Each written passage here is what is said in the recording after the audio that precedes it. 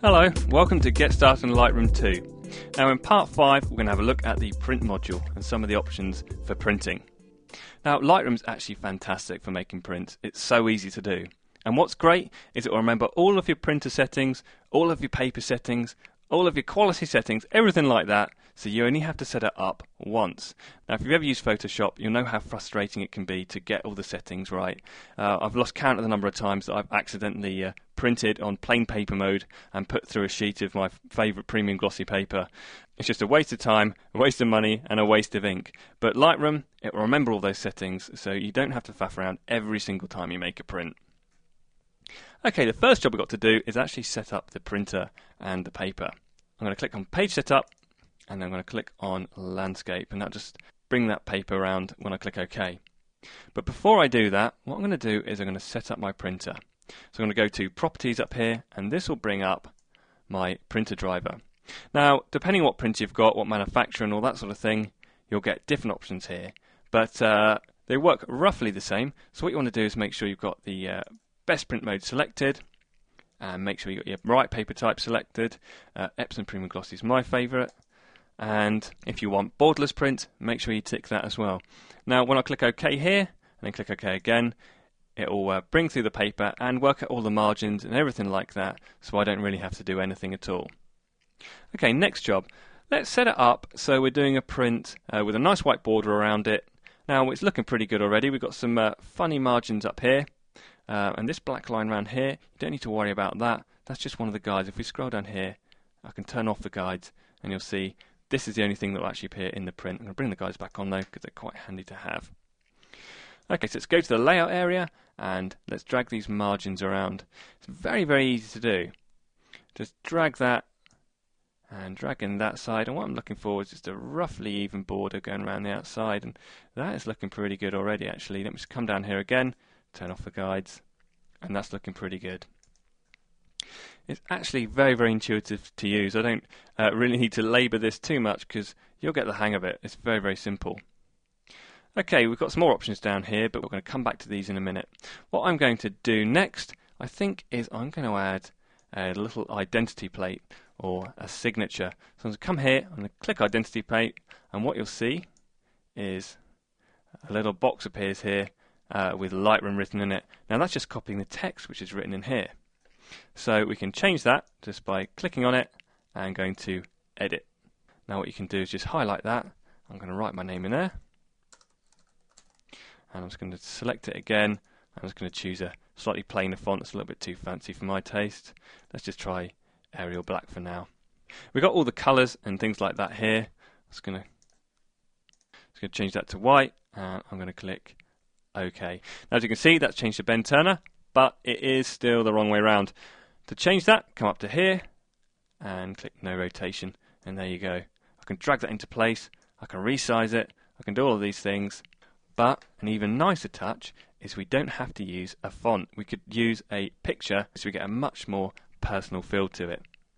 To do that, same technique, go into here, go to Edit, and click Use a Graphical Identity Plate. If I tick that, it will tell me to drag and drop an image or choose one.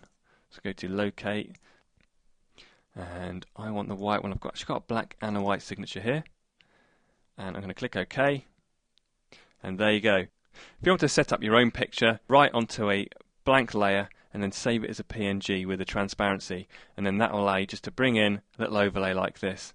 Again, you can scale it, you can move it, you can do what you like, but that's much more personal. Okay, so I'm going to position that down there, and next job is to save the template. We've got it pretty much ready. If I scroll down to the bottom here, I'm just going to check my print settings, print resolution 240, let's just change that to 300. Print sharpening, I'm going to put that on standard. Right, we're ready to save our template. Now the templates are found over here, the template browser. What I'm going to do is going to select user templates, because this is going to be user template, believe it or not, and I'm going to click plus. I'm going to call it something I'm going to remember, so I'm going to say A4 with signature, and click create. And now our template is coming to here. You can now very quickly apply this same styling with the same positioning of the signature and everything like that just by clicking this button here. Now you can make as many of these as you want, depending on whether you've got different matte papers, if you want to print more than one picture per page, which we're looking at in a second. You can save as many templates as you like. So you can always get a great print very, very easily. Okay, let's have a look at how you can print several images on a page or do a contact sheet. So what I'm going to do is I'm going to select 4 images here. I'm just going to hold that control on the keyboard and I'm just going to pick up a couple of different ones, 2 landscape, there you go, and 2 portrait. Now, I've got all of those selected, and as you'll see down here, I'm actually on page 2 of 4, and that is because if I click through here, you'll see if I was going to make a print of this, it would actually run through all 4 images and give them the same styling. But I actually want all of these to appear on one page. I just want to do a little contact sheet. So what I can do is come back up to the layout option, and this will actually allow us to lay out these 4 images. What we've got here is a page grid. Now this allows us to split the page into a grid of images. If I just increase this, you'll see 2 rows of images, 3 rows, 4 rows, and I can just change that very easily just by dragging that along. Now what we want is 2 rows and 2 columns for a grid of 4 pictures. So let's change that to 2 and drag that to 2. And there you go, we've got 4 images on our page. Now this is where you might want to use some of the other settings. We can actually space out these image cells. We can actually space them out just by dragging the spacing sliders here. So let's just give it a nice even border, and there you go. If I just turn off the guides for a minute, and you'll see that's what our final print will look like. There are more simple settings right at the top here that will get your layout looking just as you want it. So I'm just going to untick rotate to fit for a second and have a look what they all are. Okay, with that rotate to fit, they all print the same way around. And as you can see, they're all fitting perfectly within the image cells that we've created. But it's not massively neat, not massively tidy. These ones are much smaller than these ones. Obviously, rotate to fit, that's the option we had ticked. That's rotating all of the images so they're the best way round to fit into the cells. I'm just going to turn that one off for a minute and let's have a look at some of the others. Zoom to fill. Now what that'll do is just zoom the images so they perfectly fill out the image cells that they're in. You can reposition it, just click and drag, and you can just reframe that shot. So reframe this one, get the sun in there, and just move them all around to get the best effect. So it's not terrible, and it does look very neat. If we could just increase the top and the bottom borders just a little bit there. There you go. That's very nice, very neat and tidy. Okay, so let's turn off that one. Repeat 1 photo per page. That just takes 1 shot and then tiles it across the entire page. Now you see again, now we've got 4 pages in our print. If we skip through, you'll see each page has 4 identical pictures in it. We don't need that one. Now one final option here is the stroke border, and that just simply adds a black border around our shots. This is great when you want to define the edges of the image. For example, the top of the sky here, that's just getting lost a little bit, so if I click stroke border, there you go, we can add a little black border around it, and we can change the width of that. Maybe we want a chunky black border for a really stylized effect, and you can do that. Okay, for this one, I'm going to click rotate to fit and zoom to fill, and that will just create the neatest and the tidiest layout. It's very clean and very simple. And I'm just going to save that as 4x4. There we go. Create. Now as you can see, we can flick between our templates. Now one final thing I want to show you is picture package, and this allows you to create different size images on a sheet of paper.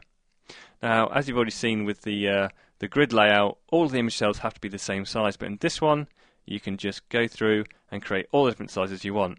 Now I'm just going to delete the ones that are existing here just by selecting them and deleting them.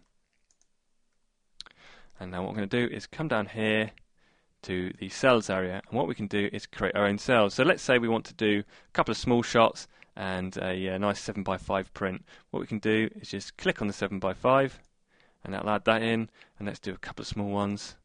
See if we can fit a 6x4 in there, shall we? There you go. And it will just add all the pictures in, and when we make a print, we can cut all of these out and we'll save lots of paper. You can drag these around if you want to change the spacing, but there are other options here too, such as photo border.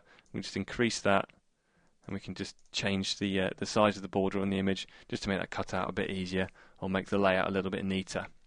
As you'll notice, we can only have 1 picture displayed on each page, so that's the same one repeated throughout. We've actually got, again, 4 pages here, so if we click through, you see that all the other images are laid out in exactly the same way. if we're going to make a print now, we'd use up 4 sheets of paper, but we'd get 4 pictures on each page. You can't change the layout between the different pages either. If I was going to come onto here and drag that, it would change it for all the other layouts as well. You can have more than one page per picture though. If I come down to here and create a big 8x10 print, it will actually add a second page in there. And now we're up to 8 pages. You've got to keep your eye on that, because obviously every single image now is using up 2 pages. That's probably everything you really need to know about the print module. If you want to learn more about making prints, then check out the 8x9 issue. We've got a bit more information in there, and that is out on the 25th of February. Right, thanks for watching, and I'll see you soon.